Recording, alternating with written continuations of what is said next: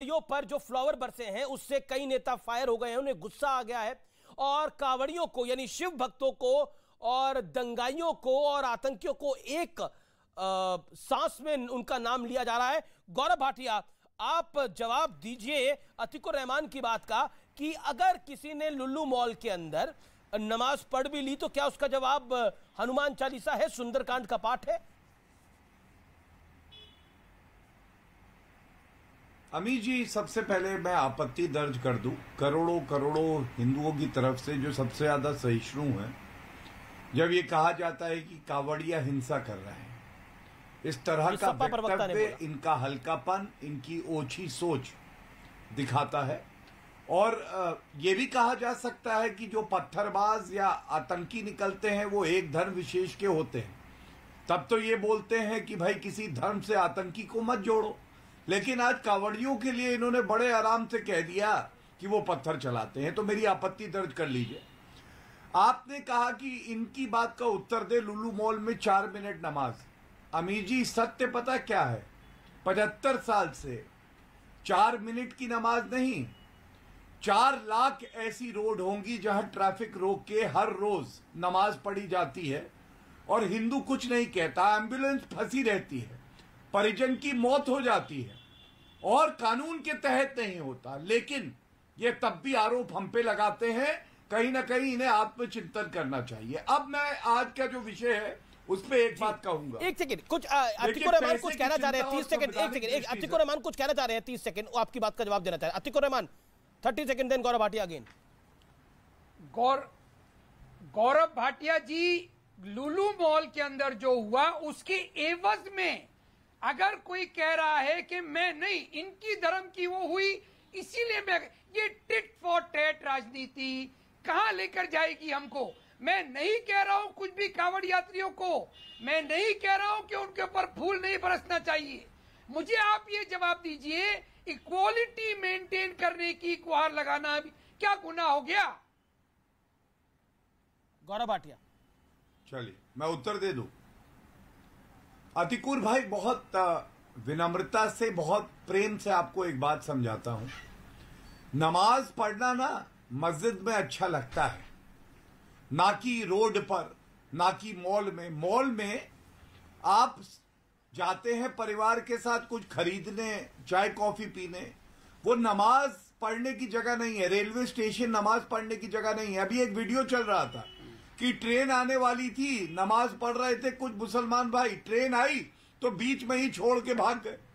तो एक जो मान्यता है, एक जो आपको उसको आदर देना है, वो बरकरार रखिए और आत्मचिंतन करिए कि नमाज जो है वो मस्जिद में पढ़े जाना उचित है या रोड पे, रेलवे प्लेटफॉर्म पे और मॉल पे। अब मैं अपनी बात कर लूं अमीर जी।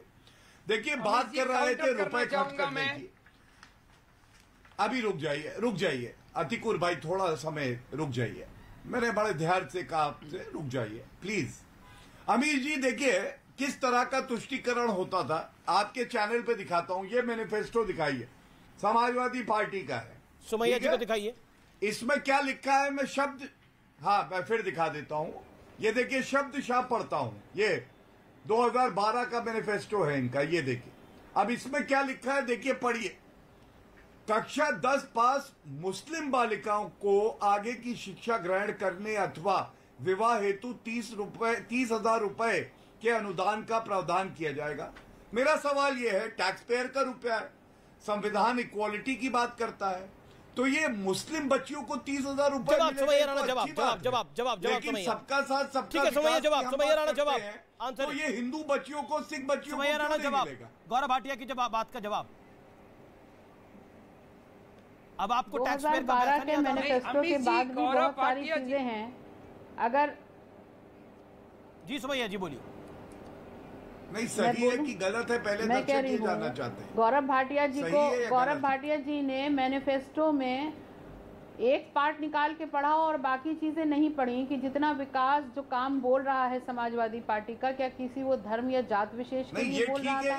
क्या लैपटॉप वितरण हुआ था तो लैपटॉप वितरण क्या किसी धर्म विशेष के लिए हुआ था? क्या कन्या विद्या दिन बटा था तो क्या वो किसी धर्म विशेष के लिए बटा था? ये हिंदू बच्चियों को, सिख बच्चियों को, ईसाई बच्चियों को क्यों नहीं मिलना चाहिए? मैं भी बता रही हूँ आपसे कि लैपटॉप वितरण हुआ था तो क्या वो किसी धर्म विशेष के लिए हुआ था? 30,000 रुपए का वजीफा, ये सही था या गलत था? मेट्रो रेल चली तो उसपे क्या किसी धर्म विशेष को बैठाने की बात दिया जाएगा, ये सही था या गलत? पे बना था तो वो किसी धर्म विशेष के लिए बना था? ये लीजिए, आप बताइए। अभी क्या विधवा पेंशन योजना लागू हुई थी तो किसी धर्म विशेष के लिए लागू हुई थी?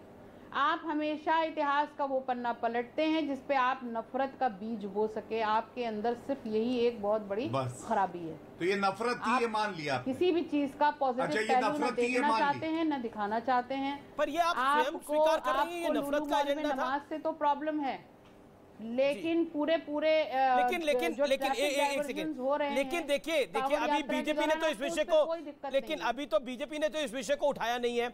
इस विषय को तो ओवैसी साहब ने उठाया और कांग्रेस ने उठाया है। तो ओवैसी साहब या कांग्रेस, बीजेपी क्यों उठाएगी? मैं जवाब भी देना चाहूं। देखिए, फूल खूब बरसाएं तो फिर विषय तो विपक्ष उठा रहा है ना। बीजेपी क्या, हम तो ये कह रहे हैं, विषय तो कांग्रेस उठा रही है। कांग्रेस को जानना है कि पैसे कहां से आ रहे हैं फूल बरसाने के।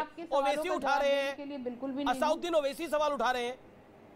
उसके लिए वारिस पठान साहब मौजूद हैं पैनल में। ओवैसी साहब की जो तशरीह है वो करेंगे, जो उसकी सफाई है वो देंगे।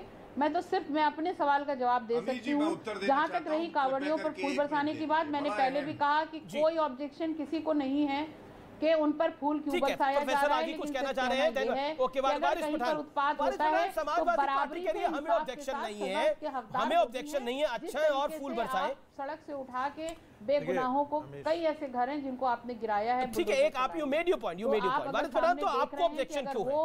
आपको फूल से परेशानी और आपको जानना फूल में कितने पैसे लग रहे हैं? अमित जी मैं आपको मौका दूंगा, पहले वारिस पठान अपनी बात को रख लें।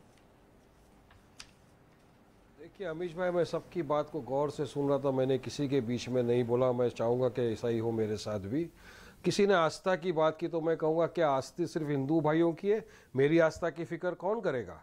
तो क्या देश संविधान पे चलेगा, आस्था पे चलेगा? और संविधान में तो डिस्क्रिमिनेशन है नहीं, इक्वलिटी की बात हुई। अब बात नंबर 2, किसी ने लुलू मॉल में नमाज की बात की तो मैं पूछना चाहूँगा कि 18 सेकंड में नमाज हो जाती है क्या? नमाज कभी कभी मैं भी पढ़ता हूँ, मगर 18 सेकंड में तो मैंने कभी नहीं पढ़ी कि किबला किधर है, कहाँ खड़े हैं, कौन थे, क्या रहे, कुछ नहीं। केस हो गया है, सबके ऊपर वेल इंक्वायरी होगी।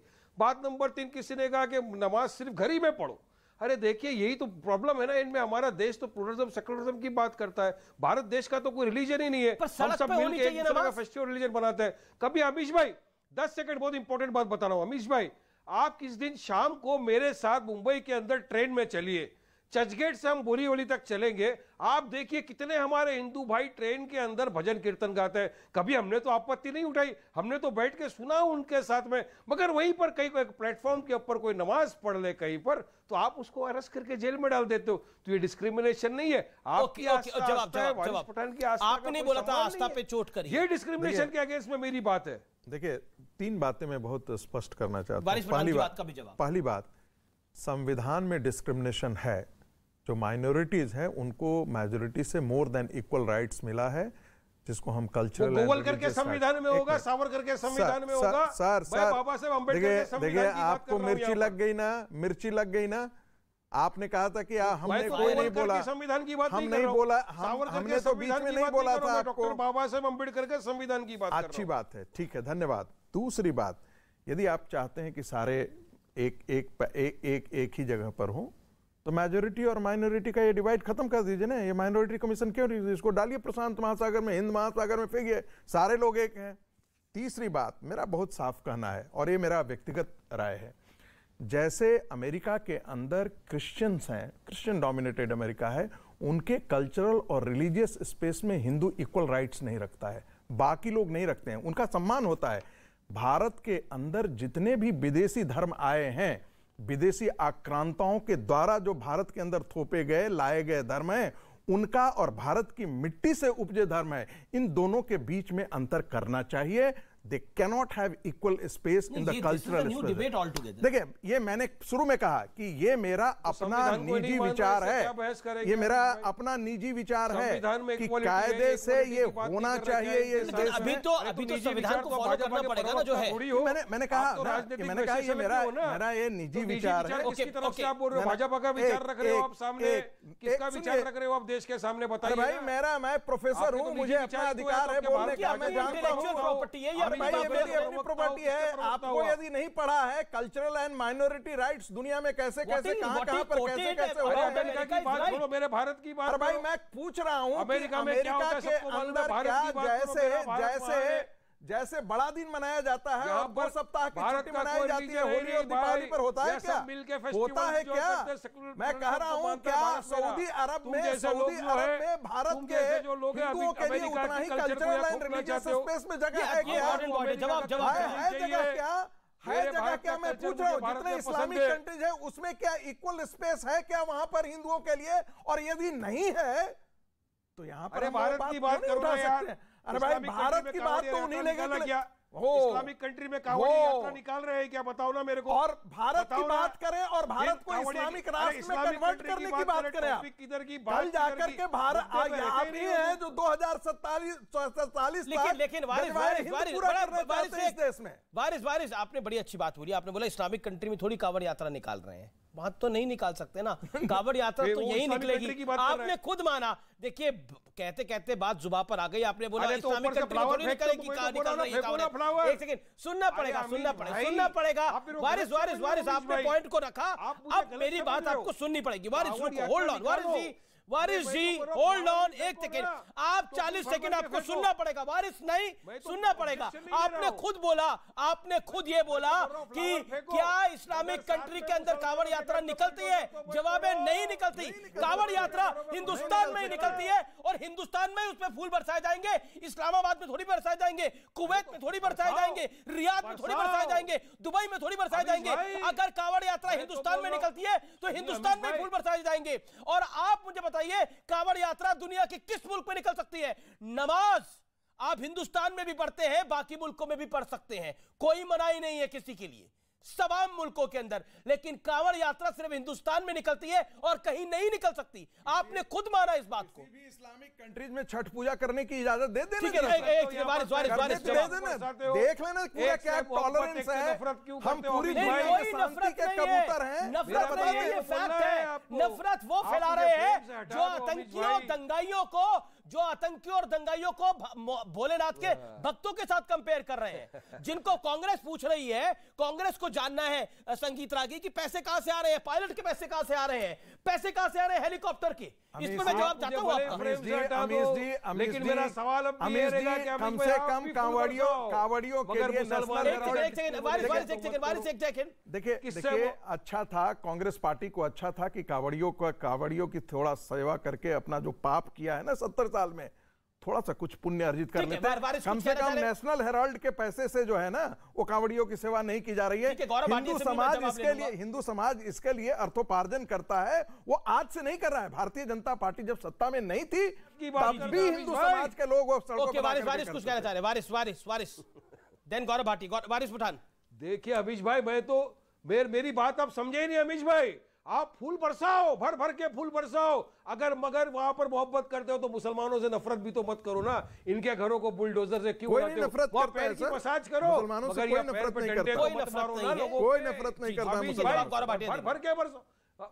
नफरत करते हो आप, पैरों पर डंडे मार रहे हो। सहारनपुर के अंदर बच्चों को उठा के ले गए, लॉकअप में हाथ पैर तोड़ दिया, बेकसूर निकले छोड़ दिया उनको। कहीं पर एक तरफ आप मालिश कर रहे हैं, दूसरी तरफ तुड़ाई कर रहे हैं। फूल की बरसात गौरव भाटिया, ये क्या तरीका है भाई? क्या ये एक सेकंड गौरव भाटिया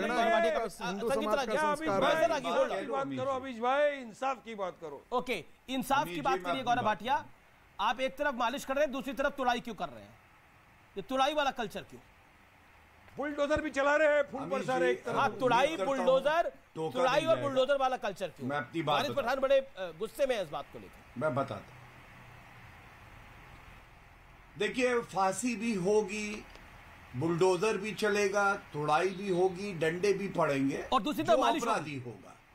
और अगर उस अपराधी का ये धर्म देखेंगे अमीर जी, और खाली याकूब मुसलमानों मेमन पे को क्या अपना पूरे सब हीरो पे बता के कहेंगे नहीं, कि खाली मुसलमान मुसलमानों पे है, चलेगा या हिंदू भाई इसलिए अपराधी की बात जा रही है। जवाब तो दो मेरे प्लीज भाई। शांत करा ली, शांत करा ली। उन्होंने अपराधी की बात करी, उन्होंने मुसलमान का नाम ही नहीं लिया। आप क्यों मुसलमान का नाम मुंह में डाल रहे हो? उन्होंने तो अपराधी की बात करी, वही तो बोल रहे हैं, डंडे उन्होंने भी अपराधी चलेंगे, की बात की, उन्होंने बोला अपराधी को डंडे पड़ेंगे, सब होएगा। ठीक है। Late Gaurav Bhatia make his point ना। गौरव तो भाटिया आप नहीं, क्या वो तो कहते हमारा हैं, ही नाम ले अपराधियों रहे हैं को ना, क्या इनका फूल तो इशारा बरसा है? तो समझो अमीश भाई। अमीश इतने जी, बरस से शांत डिबेट करा कर लीजिए, रहे हो, गलत इसकी बात बात है। नहीं समझ रहे हो आप। ये नफरत अमीश जी, ये ही गलत बात है। ये नफरत फैलाने वाले अच्छा पीएचडी ठीक के लोग। अच्छा ये कभी ठीक है, मोहब्बत जवाब की तो बात सुन लीजिए। करेंगे? अच्छा वो जवाब तो उनको देने का अधिकार है।